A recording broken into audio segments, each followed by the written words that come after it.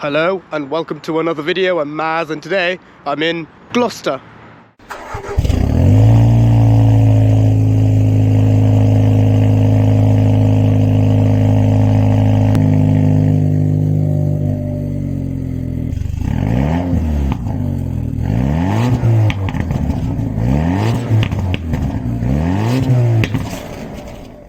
And in today's video I'll be trying out this Jaguar XF X250. A huge thank you to John for lending me his car, and if you are a Jaguar owner and you would like a car featured on the channel, feel free to reach out.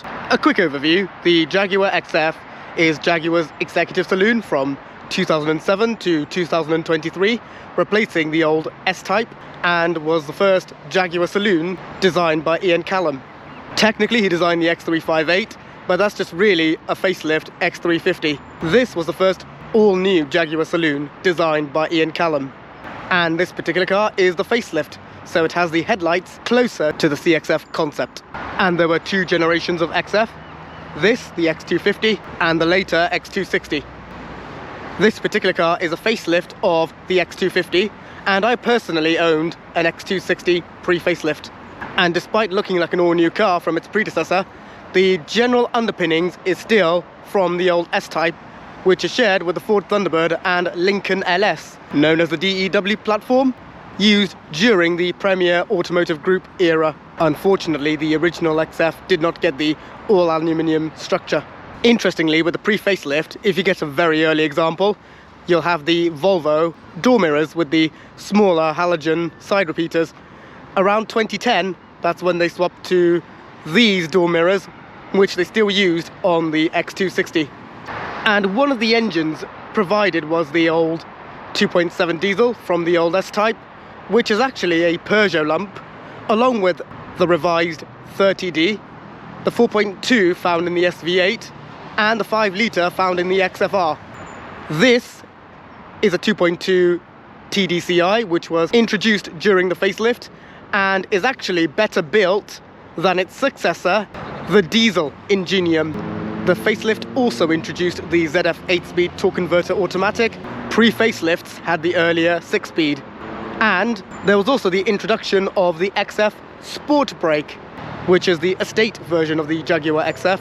Unfortunately, in the UK, you can only get a Sport Brake in diesel. The 2.2 diesel, like in this one, or the 3 litre diesel in the S. If you want a petrol, Jaguar only made 61 petrol sport brakes, and they are the XFRS. And same with the saloons, though you do have the XFR before the XFRS. Though internationally they did have smaller petrols of this car. Around 2014 they also slightly updated the X250, giving it the updated emblems and the Jaguar script on the back.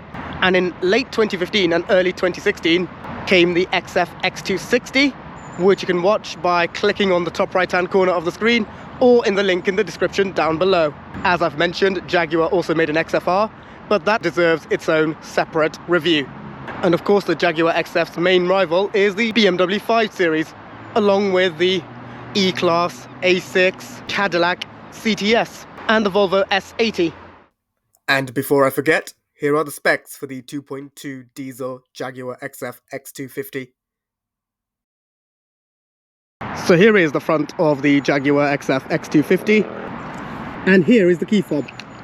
Even though it's a facelift, it's not a final year facelift with the updated key fob.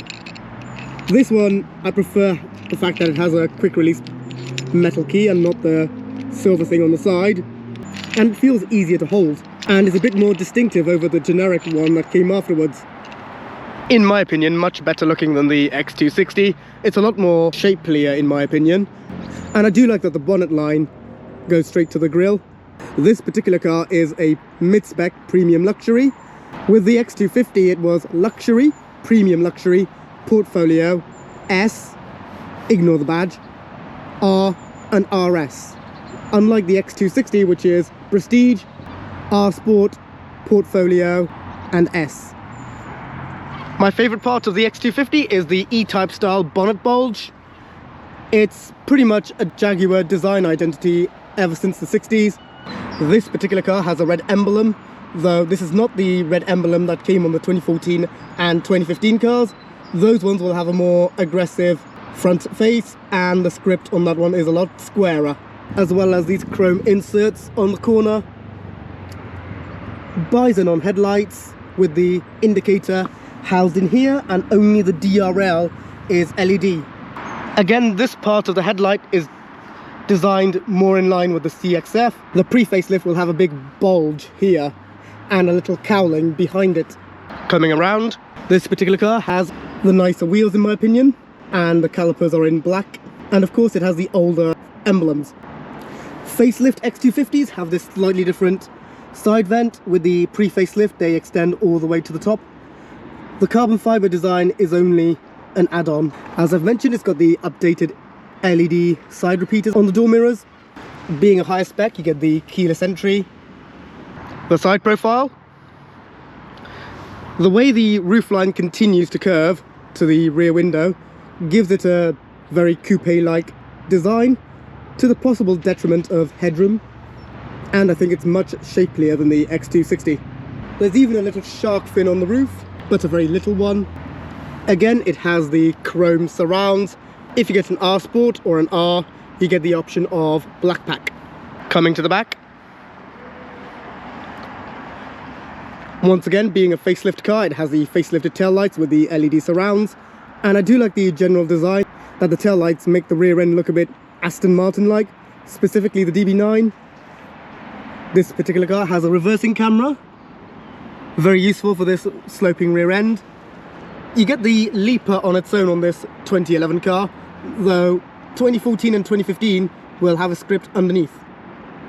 And it's got the older style XF font, and being the 2.2, it only has a single exit tailpipe and a very plain looking lower valance. And this particular car has a lip spoiler fitted on, which would otherwise be standard on an R Sport or an XFR. Coming to the back. Being an XF, you do get a very big boot, but disadvantage is this saloon opening. That was also my pet peeve back when I had my XF. Here's how much space you get. And again, you do get underfloor storage, battery in the back for better weight distribution. This particular car has a spare wheel, and the seats do fold back 60/40. And to close the boot, you simply pull on this. And of course, this is a diesel.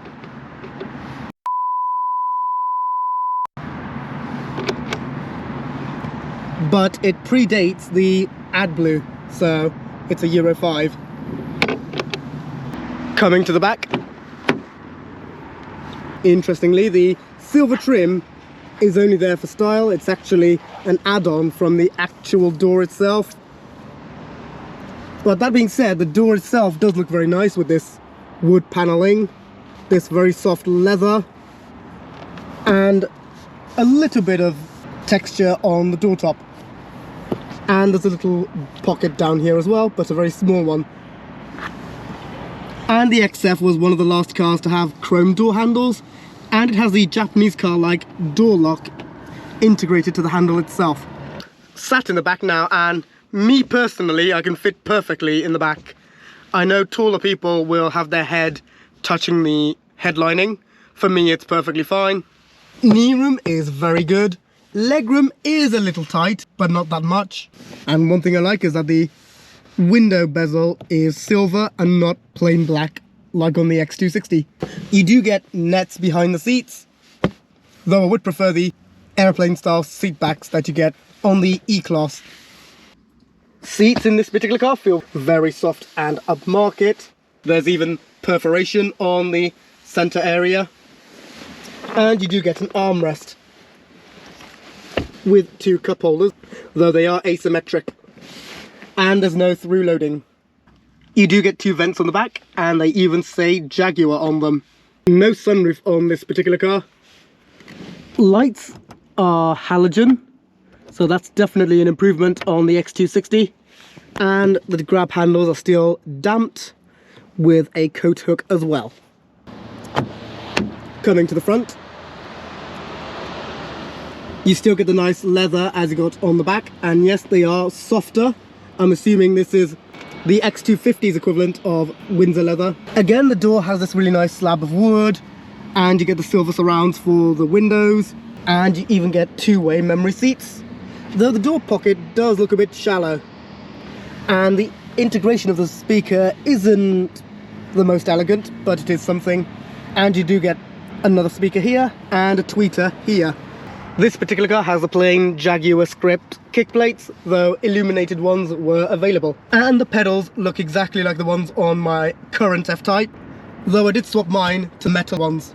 And of course, the best part of the X250, the rotating air vents.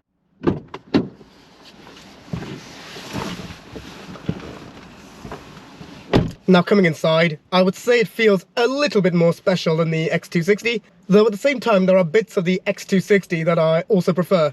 So for starters, the centre boss of the steering wheel looks a bit too bulbous for my liking. Again, being the facelift, it has a facelifted steering wheel, so these parts are different. And you only get one dial on the right, because the second dial would be the optional extra for radar guided cruise control. The headlining in this particular car is the regular one, though you can spend extra for a suede cloth, though it is still extended onto the sun visor. And just like on the X260, they are illuminated both ways, but they are halogen, and you still get a place for your notes. Nowhere for your sunglasses, unfortunately. And again, these lights are halogen. Screen is tiny by today's standards, but it was acceptable for its age, and I do think it's perfectly fine. Again, flanked by the rotating vents. The facelift car has these darkened buttons, but as you can see, they've gone a bit sticky. That's because the outer finish that they put on the facelift cars has started to disintegrate, though pre-facelifts do not have this issue. Same with the fading of the start-stop button. And yes, even the steering wheel controls are starting to disintegrate. But that being said, I do prefer the center console of this X250. All X250s are auto, so they were able to free up some space. Strangely, they brought the manual on the X260. I struggled to open this particular cubby, but here's a picture of it open. And you do get two cup holders hidden here, with a tiny one in the middle for energy drinks. You get a fancy releaser for the glove box, which they got rid of on the 260. And I do like this slab of wood that they've added along with the silver finishes. Here are what the dials look like. I think the X260 has the nicer ones in my opinion. The speedo goes 10, 30, 50, 70, as it marks the more important speeds for UK roads. Being a diesel, the red line is just over 4,000 RPM. The seats are still very good, though on the R Sport you will get thicker bolsters, and on the R the headrests integrate a little bit better. And you do get a leather wrapped centre armrest with storage underneath. And this blank here is where the dynamic mode would have been on a high spec car. And they even have a softer leather on the dash. On the X260 it's a lot thinner and a lot pebbly. Start stop button pulsating like a heartbeat. 74 beats per minute, which is the resting heart rate for a Jaguar cat. Press that.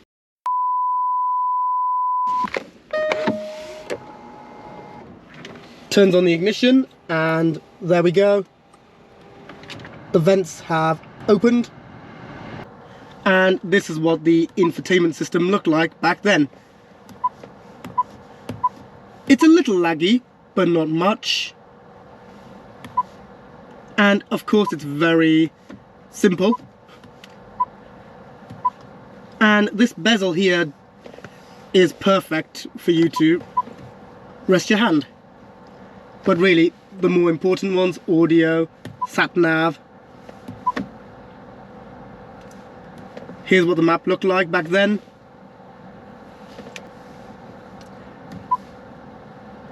And of course you have to use the screen to turn on your heated seats. And here's your climate screen, and that's pretty much it with this infotainment system. And this particular car has the black plastic paddles, but you can also have silver plastic, silver metal, or if you're really lucky, red metal. And of course, foot on the brake, press and hold the button again. The dials rise. And then you just turn it to go on to drive. And press down and turn for sport. So that's the exterior and interior done now. So let's see what this car is like to drive. So, seatbelt on.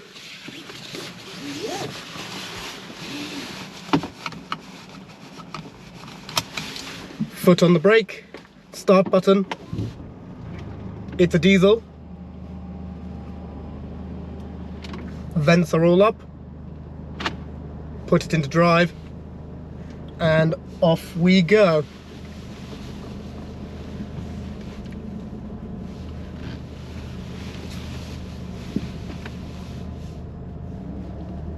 So in first impressions, the steering wheel has a very thin rim and there are no thumb bolsters on 10 and 2.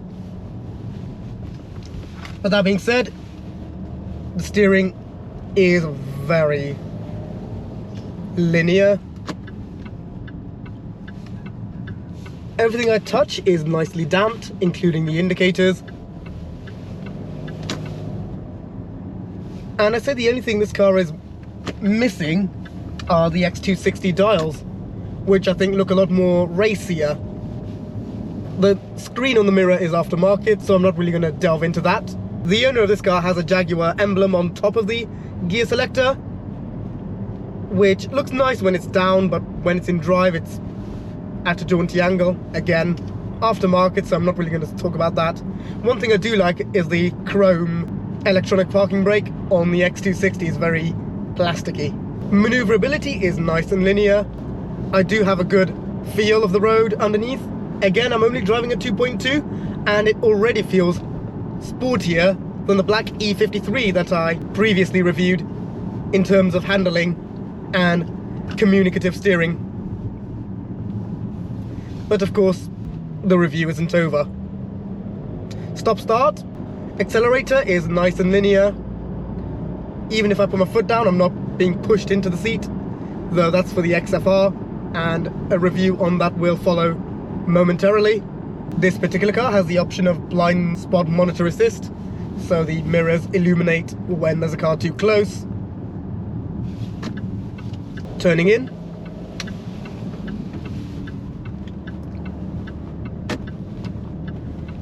Yes, it holds the road very well. Barely any leaning, barely any body roll, and we're onto that road full of speed bumps. And the car is having zero issues.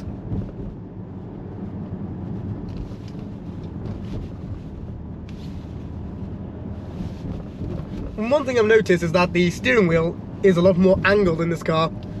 On the X260 it's a lot more straight, so it's close at the bottom but very far away at the top. But that's only a very minor thing I've noticed. Maybe it's just the angle that I'm sat in. Red light. Brakes are good. Not at all grabby. The car has stop start. Okay, the steering wheel feels a lot more straight. And off we go. Again, it is a biggish car, but it does shrink around you. So even though you're driving a 5 Series car, around a tight road, it doesn't feel too intimidating. It doesn't feel like you're going to catch the corner onto a pole. And every single undulation is perfectly damped. Being a premium Lux, that means it's not an R-Sport, so an R-Sport XF may feel a bit stiffer. And of course I have had an R-Sport XF, but that's the XF afterwards, the X260.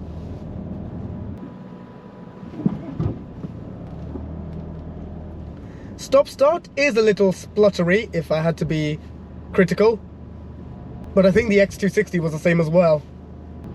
So with the daily, this car is dailyable. Again, being a diesel, it is very vibey, but this 2.2 is a lot more reliable than the 2-litre Ingenium diesel that came on the X260. If you are looking at an X260, I do recommend getting a petrol instead. And I can't really recommend a petrol X250 because the only petrol available in the UK is the XFR, and the XFRS. And yes, I'm in the city centre already. Someone's just pulled in front of me. And someone's crossing the road in front of me. But zero issues to report. Even though it's not busy, it's inconvenient to say the least. But again, the XF is coping well. At a red light. It's got stop-start, but no hold. Moving on now. Once again, zero issues here in the city centre. Though I am filming at a very quiet period. Off we go.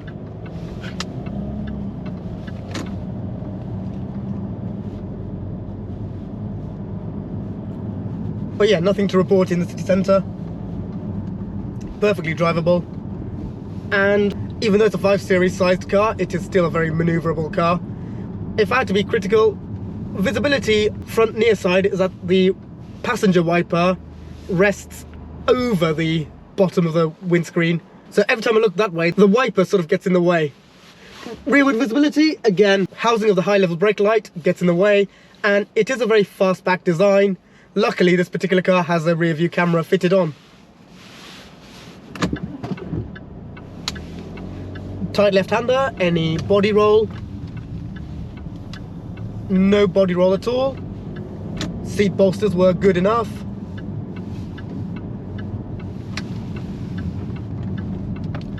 So, time to take it onto the bypass.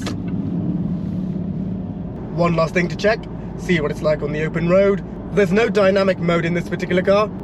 Just snow mode, traction control off, and ASR. So for that, I just have to put it into sport. And there we go, that's maximum attack. Okay, on to the roundabout.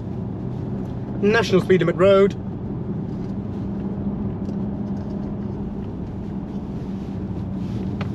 Handling is very good on the roundabout. Drop back a bit. And floor it.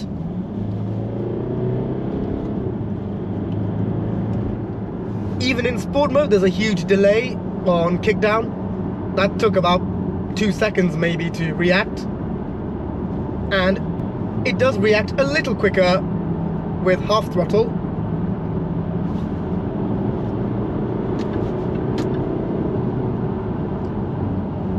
But yeah, nothing much to report. This could be because I'm driving a premium luxury and not an R Sport. I'm very certain the XFR will feel better than this. It's not very sure-footed either. But that could be the tyres and not the car itself. If I just quickly put this back into manual mode. Get back to speed. There's 70 and the car revs at 1500 RPM. So on a long motorway journey, this car is relaxing to drive and not too intrusive. So let's do a U-turn and see what it's like in manual mode. On the roundabout now, about to do a U-turn. Put it back into sport. Yes, steering in this car just feels a bit too light. It is crisp, but the tiniest of move, as you can see, will dramatically change direction. Back into the main road. Let this car pass. Okay, as I've mentioned, it's got 8 gears. Onto the road. 3, 2, 1, and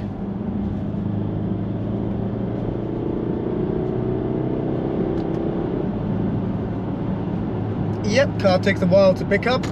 It's not the most fun XF. The X260, even in 2-litre form, is a lot more fun to drive, and that could be due to the lack of dynamic mode. I think if it were to have a dynamic mode, this car would be a lot more fun to drive. Again, most XF buyers aren't buying into that.